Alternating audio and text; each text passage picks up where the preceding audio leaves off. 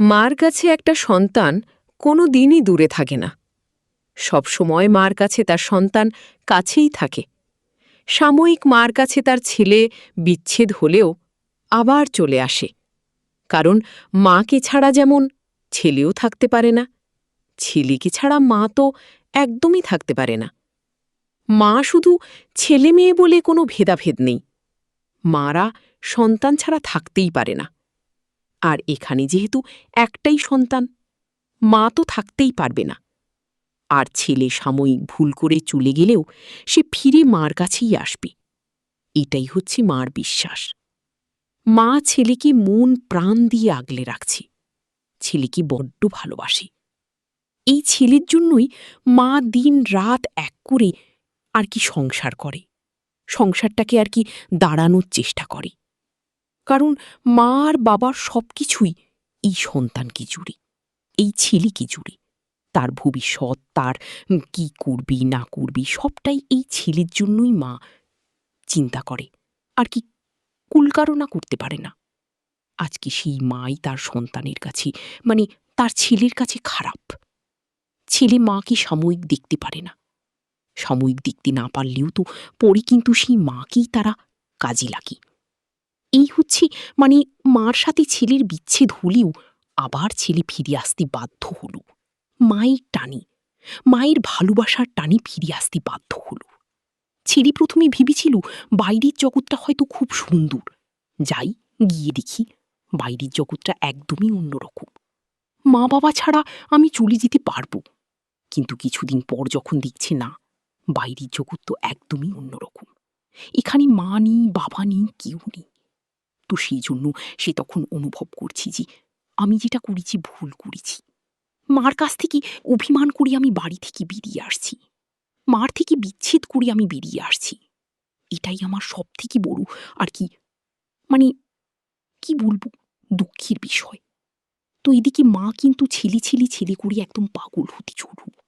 ছেলেও পরে বুঝতে পারল যে মা আমাকে কতটা ভালোবাসে, আমাকে ছাড়া মা থাকতে পারে না। তো বন্ধুরা, চলো আজকে রুকসানাচিতে অবশ্যই তোমাদেরকে মা ও ছেলের গল্প শোনাবো। গল্পটা তোমাদের আশা করি ভালো লাগবে। গল্প শুনতে তোমরা ভালো পাও, আর আমিও গল্প করতে ভালোবাসি। আর তোমরা মা ছেলের গল্প তো সত্যিই শুনতে ভালোবাসো, ওই জন্য আমি তোমাদেরকে একটি নতুন মা ছেলের গল্প নিয়ে আসছি। তার আগে তোমাদের সবাইকে রুকসানা স্টুডিওতে স্বাগত জানিয়ে আজকের গল্প শুরু করতে চলেছি। দূরে কাছে যে যেখান থেকে আমার গল্পগুলো শোনো, তাদের জন্য রইল অসংখ্য ধন্যবাদ। তোমরা পাশে থেকো আর আমাকে এইভাবেই সাপোর্ট করো, তাহলে দেখবি আমি প্রত্যেক দিন যেমন করি গল্প নিয়ে আসি, ঠিক তেমন করেই আবার গল্প নিয়ে আসবো। কয়েকদিন ধরে একটু উল্টাপাল্টা হচ্ছিল, তো আজকের থেকে আশা করি সবই ঠিকঠাক হয়ে যাবে। তোমাদেরকে আর কি কথা দিচ্ছি। আজকেও একটা মা ও ছেলের সুন্দর গল্প নিয়ে চলে আসছি। এই গল্পে মাকে ছিঁড়ে ছিঁড়ে ছিঁড়ে চলে যায়, মানে মার সাথে ছেলের বিচ্ছেদটা কি কারণে হলো, কি মা কি করলো, ছেলে কি করলো, কি কারণে ছেলে চলে গেল মার উপর অভিমান করি, মার উপর রাগ রাগ করি, মার কাছ থেকে যেই জিনিসটা আশা করেছিল সেই জিনিসটা পাইনি, তার জন্য ছেলে অভিমান করে চলে গেছে। সেই গল্পটাই তোমাদেরকে শোনাবো, মনোযোগ সহকারে অবশ্যই শুনবে, তাহলে পুরো গল্পটা বুঝতে পারবে, স্কিপ একদম করবে না। আর একটা কথা, যাদের আমার গল্প ভালো লাগবে না তারা কিন্তু ডিসলাইক করে দিয়ে বেরিয়ে চলে যেতে পারো, কেমন? চলো, অনেক বকবক করে ফেললাম, আর এখন আর কোনো বকবক করি নাই, এখন শুধু গল্প আর গল্প। ছেলের নাম রক্তিম, আর ছেলে একটাই ছেলে। এই ছেলে আর কি মানে অনেক অনেক সাধনা করে এই ছেলেকে মা পেয়েছি। রক্তিমকে মা অনেক সাধনা করে পেয়েছি, তার জন্য রক্তিমকে মা এত ভালোবাসা দেয়, এত ভালোবাসা দেয়। রক্তিম যদি বলে মা এটা, মানে সূর্যটা পশ্চিম দিকে ঘুরছে, মানে যেদিকে ঘুরে সেদিকে দিকে উঠে সেদিকে না উঠে ঠিক তার উল্টো দিকে উঠেছে, মা তার কথাতেই হ্যাঁ। মা এতটাই তাকে ভালোবাসে, পাগলের মতন, অন্ধের মতন এত ভালোবাসে। সেই ছেলে হঠাৎ করে মার সাথে এরকম করবি, মা সেটা মেনে নিতে পারছে না। মা চতুর্দিকে শুধু ঘরের মধ্যে যেদিকে দেখছি ছেলের স্মৃতি, মা হাহাকার করছে। মার মনের মধ্যে এত কষ্ট, সেই কষ্ট মা বোঝাতে পারবে না। দিন রাত এক করে কত সাধনা করে মা তার ছেলেকে পেয়েছি। বাবা, ওইদিকে বাবাও কিন্তু ছেলেকে কম ভালোবাসে না। যেহেতু পরিবারে বাবা মা আর ছেলে থাকে, রক্তিম তার তার রক্তিমের যে দাদু, মানে রক্তিমের বাবার বাবা বাড়ি ছেড়ে চলে আসি শহরে, কারণ সেখানে গ্রামের পরিবেশ একদমই ভালো না। ওই জন্য রক্তিমকে মানুষ করতে হবে দেখি রক্তিমের বাবা, তার দাদু, মানে তার ঠাকুরদার বাড়ি পৈতৃক সম্পত্তি সবকিছু বিক্রি করে সে গ্রামে রক্তিম, মানে গ্রাম থেকে শহরে রক্তিমকে নিয়ে চলে আসছি। জানি রক্তিমকে ভালো মানুষ করতে গেলে আমি শহরেই তাকে মানুষ করতে পারবি, সব রকম সুযোগ সুবিধা সবকিছু দিব। রক্তিমের বাবার ইচ্ছে না থাকলেও রক্তিমের মার ইচ্ছে রক্তিমের বাবা তার পৈতৃক সম্পত্তি বিক্রি করে দিয়ে সে শহরে এসেছি। কারণ রক্তিমের মা তো এক কথাই শেষ কথা, রক্তিম যেখানে ভালো থাকবে আমিও সেখানে ভালো থাকবো, এছাড়া আর কোনো কথা নেই। এত সাধু সাধনা করে রক্তিমকে পেয়েছি, ওই জন্য তার মা আজকে রক্তিমকে এত ভালোবাসা দিয়েছি, তার ফলটা এখন রক্তিমের মা পাচ্ছি। আর রক্তিমের মা ভেবেছিল তার ছেলে ছোটবেলায় যেরকম ছিল ঠিক সেমনি এরকমই বরাবর থাকবে। কিন্তু সেটা যে রক্তিম আজকে প্রমাণ করে দিল যে না, ছোটবেলায় যেরকম সন্তান থাকে মা তারপরে ছেলের, মানে সন্তানের স্বার্থে ঘা পড়লে তখন তারা এক সেকেন্ডের মধ্যে ভুলে যায়। তো তেমনই হয়েছে রক্তিমের মায়ের। রক্তিমের মার সাথে রক্তিম ছোট্টবেলায় স্বাভাবিক কথা, সব ছোট্টবেলায় সব ছেলেরা সন্তানরা মা ধাঁ করতে থাকে, বড় হলে তাদের স্বার্থে আঘাত করলে তারা চেঞ্জ হয়ে যায়। আর রক্তিম এত তাড়াতাড়ি চেঞ্জ হয়ে যাবে এটা স্বপ্নেও মা ভাবতে পারেনি। আশেপাশের পাড়া প্রতিবেশী লোক সবাই রক্তিমের মাকে বলতো, হ্যাঁ গো রক্তিমের মা, তুমি কিন্তু একটু বেশি বেশি করেছো, ছেলেকে নিয়ে আধিক্যতা এত ভালো না। রক্তিমের মা যে বলতো তার সাথে কথা বন্ধ করে দিত, মুখে ঝগড়া করতো না, কিন্তু সে কথা বলতো না। সে যেন বিরক্ত বোধ করত, সে যেন রাগ হয়ে যেত।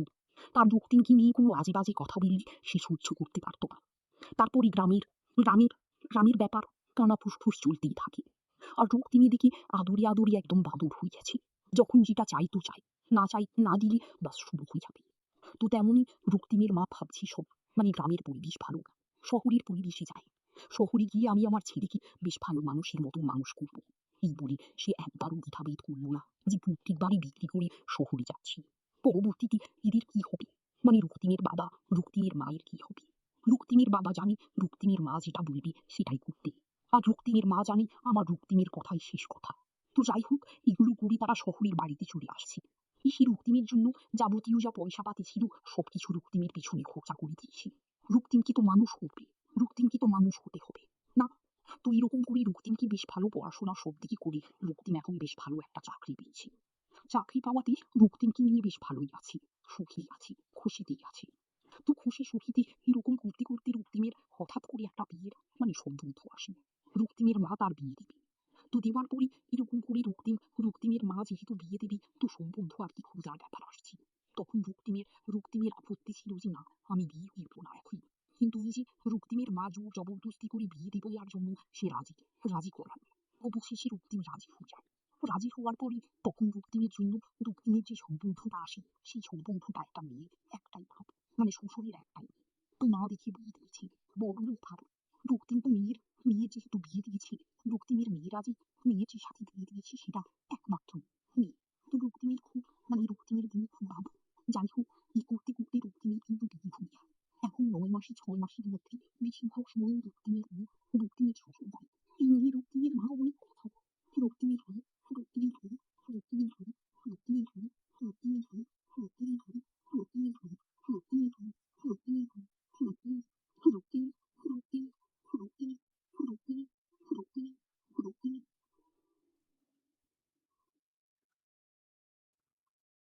তুমি এরকম করো কেন? আমি যদি জানতাম তাহলে আমি বিয়েই করতাম না। তুমি তো জোর জবস্তি করে বিয়ে দিলে, এখন মেয়েটা বাপের বাড়িতে যাবে, আর কেউ নেই, তারপরে তুমি এরকম করছো। যাক না, এ নিয়ে মার সাথে তুতু মেমে হয়ে গেছে। তো রক্তিমের মা রক্তিমকে বলল, বিয়ে করে নিয়ে আসছিস ভালো কথা, বাপের বাড়ির জন্য নিয়ে আসা হয়েছে নাকি? তাহলে বাপের বাড়িতেই চলে যাক, এখানে থাকার কি দরকার? এখানে থাকার কোনো মানে নেই, শ্বশুরবাড়িতে থাকার কি দরকার আছে? আমি তো জানতাম না যে তোর বউ এরকম। আমি জানতাম বেশ সুন্দরভাবে ঘর সংসার করবে, রান্নাবাড়ি কাজকর্ম একটু সাহায্য করবে।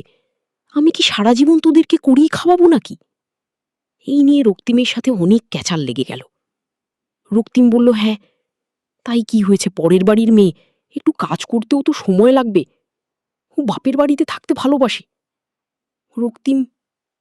রক্তিমের বউয়ের নিয়ে সাপোর্ট কাটছে। মা আরও রাগ হয়ে যাচ্ছে। মা বলছে, আমি তো ন্যায্য অন্যায্য কিছু বলছি না, আমি ন্যায্য বলছি। রক্তিম ন্যায্য কথা বুঝেও রক্তিম মার সাথে চরম খারাপ ব্যবহার করছি। একটার পর একটা মাকে আঘাত লাগানো কথা বলছি।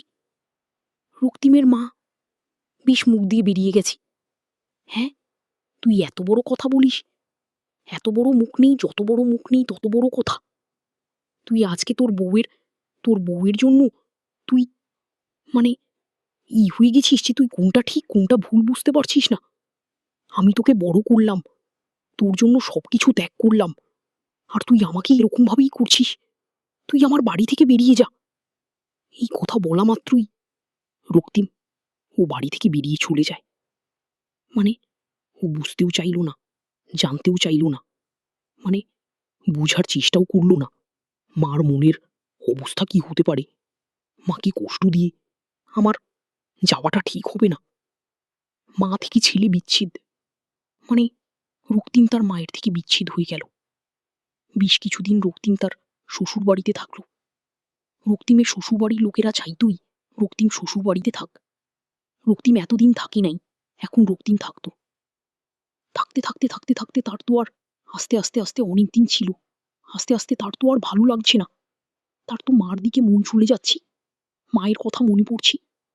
রক্তিম তো সেই ভালোবাসাটা পাচ্ছে না যেই ভালোবাসাটা মায়ের কাছ থেকে বাবার কাছ থেকে পেয়েছে।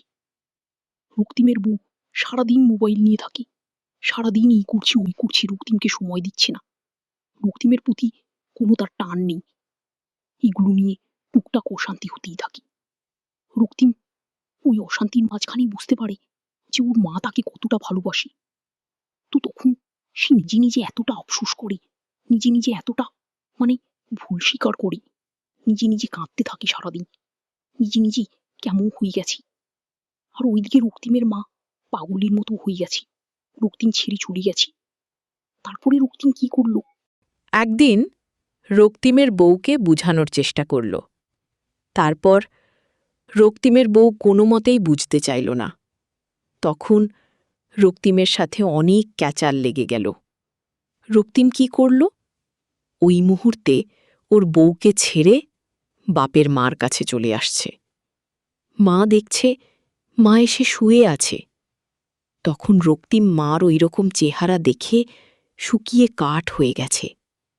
ওরকম দেখে রক্তিমের চোখ দিয়ে জল। রক্তিমের মার পায়ে ধরে বলল, মা, আমার অনেক বড় ভুল হয়ে গেছে তোমাকে ছেড়ে চলে যাওয়ার। আমি অনেক বড় ভুল করেছি। তুমি যা শাস্তি দেওয়ার দাও, আমি মাথা পেতে নেব। আমি আর ওই বাড়িতে যাব না। আমি তোমাকে পই পই করে বলেছিলাম মা, আমি বিয়ে করব না, কিন্তু তুমি তাও বিয়ে দিয়েছ। এই বলে রক্তিম হাউ মাউ করে মাকে জড়িয়ে ধরে কাঁদতে লাগল। মাও এতদিন পর রক্তিমকে পেয়ে সব ভুলে গিয়ে রক্তিমকে জড়িয়ে ধরে কাঁদতে থাকল।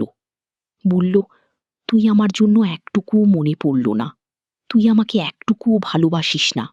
আমি তোরকে ছাড়া থাকতে পারি না, তুই ভালো করে জানিস।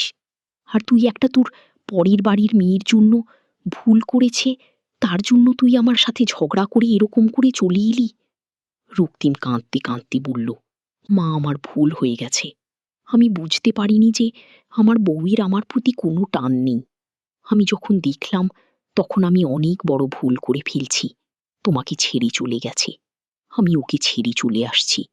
আমি আর থাকতে চাই না।